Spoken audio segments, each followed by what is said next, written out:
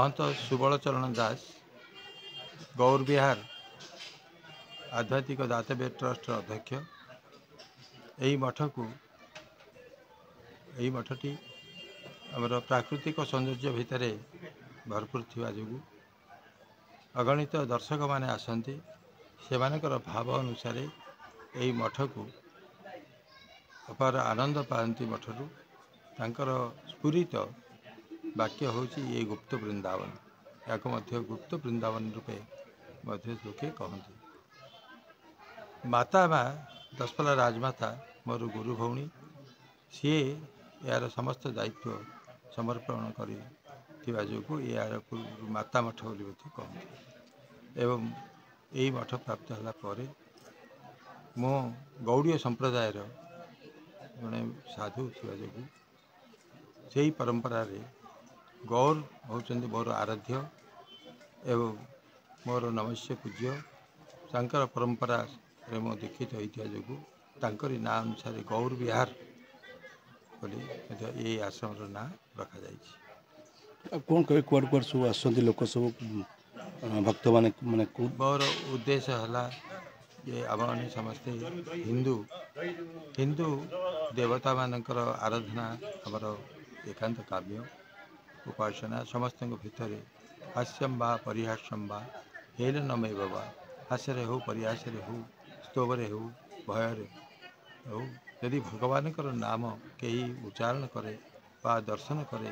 तेबे तार अघोर पाप नष्ट हो जाए। तेणु विभिन्न देवदेवी मनुष्यर तो कोटि वांछा रही से वांछा पूरण पाई भगवान विभिन्न रूप अवतार होता से हिसाब से यदि मो गौड़ीय परंपरा अनुसृत हेले सबु देवता प्रति मोर श्रद्धा सम्मान भक्ति रही एवं भक्त माने अगणित भक्त मैंने विभिन्न प्रकार वासना नहीं विभिन्न देवदेवी को उपासना करते जे होना कहीं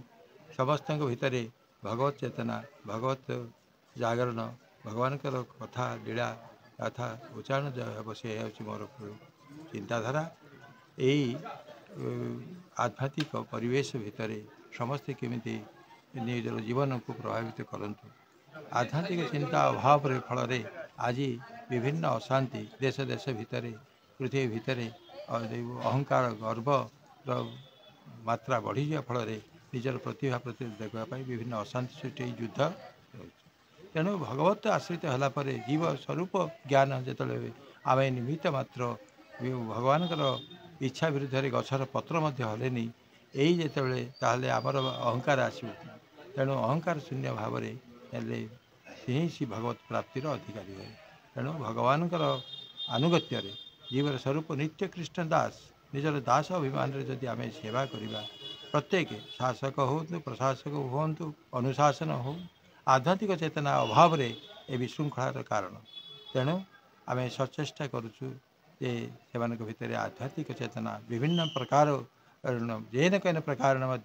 भगवत स्मृति से हूँ यही अनुष्ठान मुख्य उद्देश्य। क्या मतलब अभी क्या देखा अभी तो वृंदावन में बहुत कुछ है मतलब घूमने के लिए बहुत कुछ है चैतन्य देव है श्री कृष्ण है जगन्नाथ है तो सब कुछ ही देखा अभी तो कुछ बाकी है तो देखेंगे फिर जाएंगे और सोने के गौरंग है जो वो देखने जाएंगे। अच्छा लग रहा है। हाँ हाँ घूम गए ना और घूम बाकी है और हम तो मतलब आज रात ही ट्रेन है तो तब चल जाएंगे आज थोड़ा सा घूमेंगे फिर वो बीच में जाएंगे फिर चल जाएंगे। कहबार हूँ आम एसयूजे सांबादिक संघ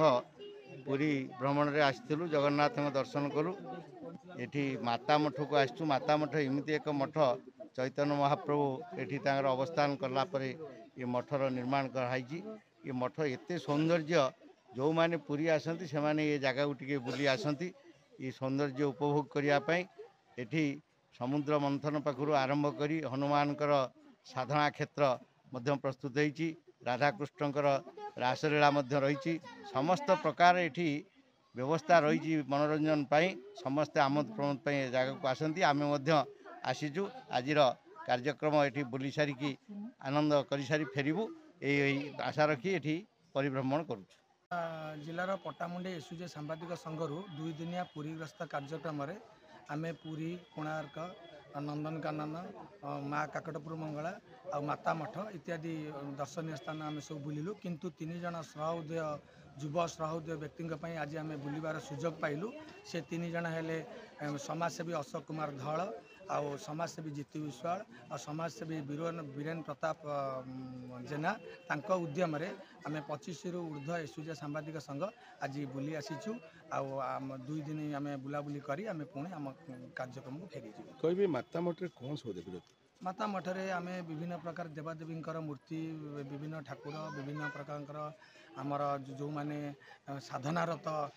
बाबा जो माने सब आम दर्शन कलु आ माता मठर कारुकार्य अति सौंदर्यपूर्ण